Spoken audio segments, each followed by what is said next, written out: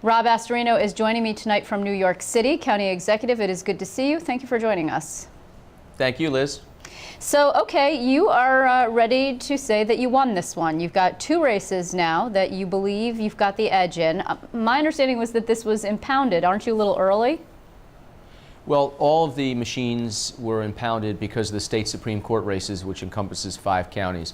That's going to be lifted on Monday, but there are going to be three or four races, actually, where the candidates and their attorneys, of course, are going to go in there and ask judges to impound them.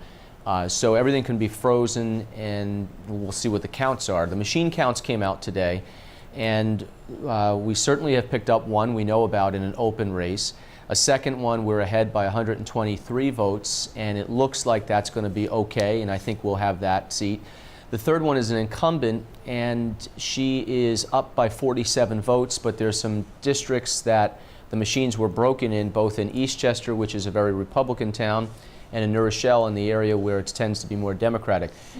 So that's going to come down to absentees, and I'm telling you right now, it's a dead heat, and it could go either way. Okay. You know, let's just talk for a second before we get into the politics of this whole thing about the machines. Yep. If I remember correctly, there was a state Senate race last year between Susie Oppenheimer and her challenger, Mr. Cohen, who came very close, but that went into overtime because of the machines.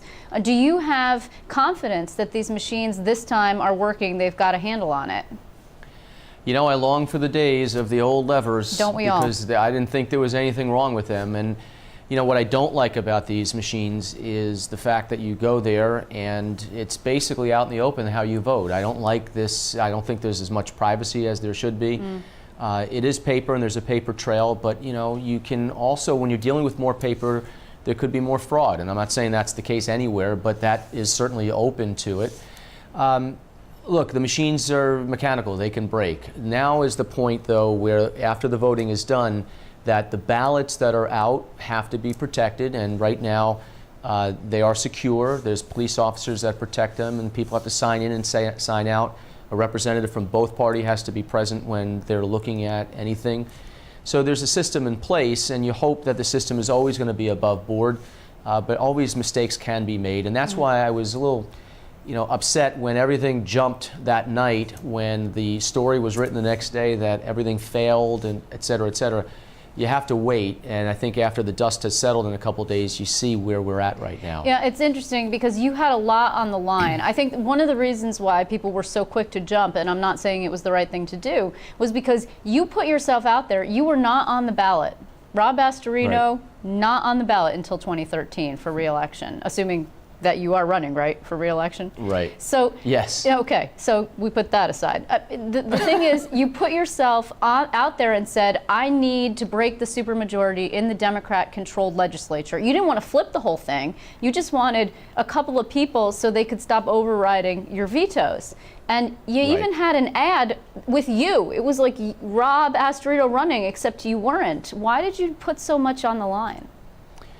Because I really believe in what we're doing. I ran for a reason. There's a purpose in why I go to work every day, to change the way we do business in the county. And so when I won in 2009, really from the moment I got into office, everything was being obstructed by this county board, most of whom were there before I got in, and so they've perpetuated the past. And I've tried to work with them, but a lot of it has been done without any transparency in their back rooms, in their caucus, and with no discussion with our administration or the professionals, the budget director, the law department, et cetera. And it was very, very frustrating. And I think the public saw that it wasn't being done it was supposed to be. There was no bipartisanship. And I think that played out. I think that people, and certainly after seeing what happened down in Washington, contrasted with what happened up in Albany, which was success versus, I think most people would suggest failure in the Capitol down in D.C. Bipartisanship is something that people want to see. The only trouble is when you, as the county executive, go after a bunch of people and you don't succeed, even if you succeed in breaking the supermajority, there are still folks there who you challenged via surrogates of these candidates. That's not going to engender them to like you and work with you. Like they've been really great in the past. Well, it's not going to improve the situation, I'm just saying. Well, but I think, look, and that's the political game. I think we've had a very healthy dialogue, and there's been a lot of success and not just wins. we, for the first time, gave voters a choice. Really, for about a decade in the county, there have been uncontested county legislative races or candidates who had no shot, no money, nothing. We had good, qualified candidates who went out with a clear agenda of what they wanted to do if they got into office. And you know what? 12 candidates ran. There were some incumbents, clearly, of Republicans. But 10 of the 12 in a Democratic county like Westchester got more than 45% of the vote. That's phenomenal. And that means if you give voters a choice with two good candidates, they can pick something, and they have. And I think, you know, look, I'm cautiously optimistic. We know we're going to break the supermajority. I'm very confident that one of the candidates who's winning will win. The second one is a toss-up, but if we hold that, we would have a 10-7 balance at the county board. And it'll be far more transparent. We'll actually have to work together, and vetoes will be upheld, you know, to the most extent, but at least they'll be compromised. The games that were played by, in this case, the Democrats and the supermajority, it was not good. It was not healthy for democracy. It was ramming it through.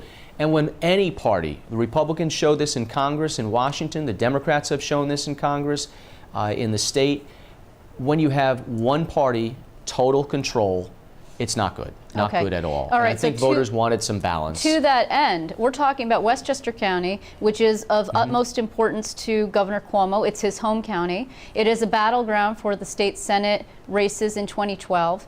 And also, now we are looking at a situation where the Republicans don't have, as I mentioned at the top of the show, very many people that they can look to and say, there's a leader, there's a guy that I might be able to get behind in 2014 when it comes time to challenge Andrew Cuomo. Now, you've been quite laudatory of him, I know, and you've wanted to work with him. We've had you on regarding the Tappan Zee. You don't necessarily agree with everything that's going on there.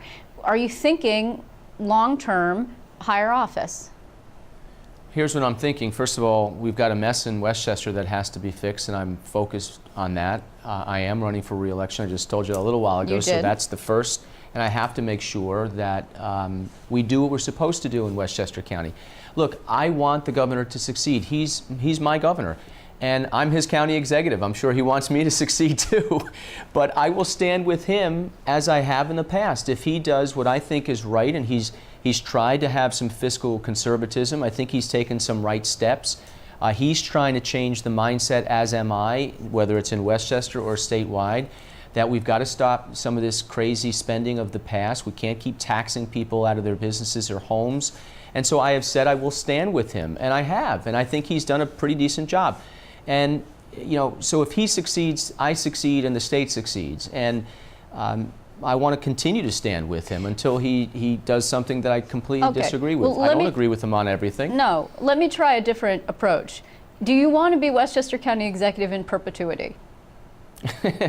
No, because one day I might go back to private sector and go back to radio and television and make some money. And but look, I think first things first. I want to make sure that I can accomplish the things that I ran on in 2009, and I think we're getting there. First step is to change the conversation. You can't keep taxing the way we have and spending. I think that has been successful. We have to show that we can downsize, and we are, that we can run county government. And you know what? Look, if the states are the laboratories for the federal government, there is no reason that a county like Westchester, which is very large, 1 million people, a very big budget, that we can't be a laboratory for the state. And if we could do that in Westchester, which, by the way, is a very Democratic county that put their trust in a Republican, if we can do that in Westchester, then we could show to other counties and the state that it can be done. But hard decisions have to be made. We're making them on the county level. The state has to do that. We're talking big stuff like Medicaid, and I'm specifically talking mandate relief. Right. I stood with the governor and others when they had the property tax cap, but that's only one part of the equation. Everything is going to fail. Everything's going to come tumbling down if these unsustainable costs are not reined in. And that's Medicaid, that is pension, that is health care. Those are the issues that really make a difference in the long run and have to be tackled now. And if the governor or the state senate or the assembly is not willing to tackle them, then I will use my voice as best I can to say you've got to do it. And if they do it, then I'll be with them and say congratulations. Well, okay, County Executive Rob Astorino, we will be listening because I think it's going to be an interesting year. And of course, we will be tracking what happens in those races. It's going to be, that recount's going to be close, I think. In the meantime, Yes. I want to thank you very much for joining us and making time. It's good of you to do. Thank you, Liz.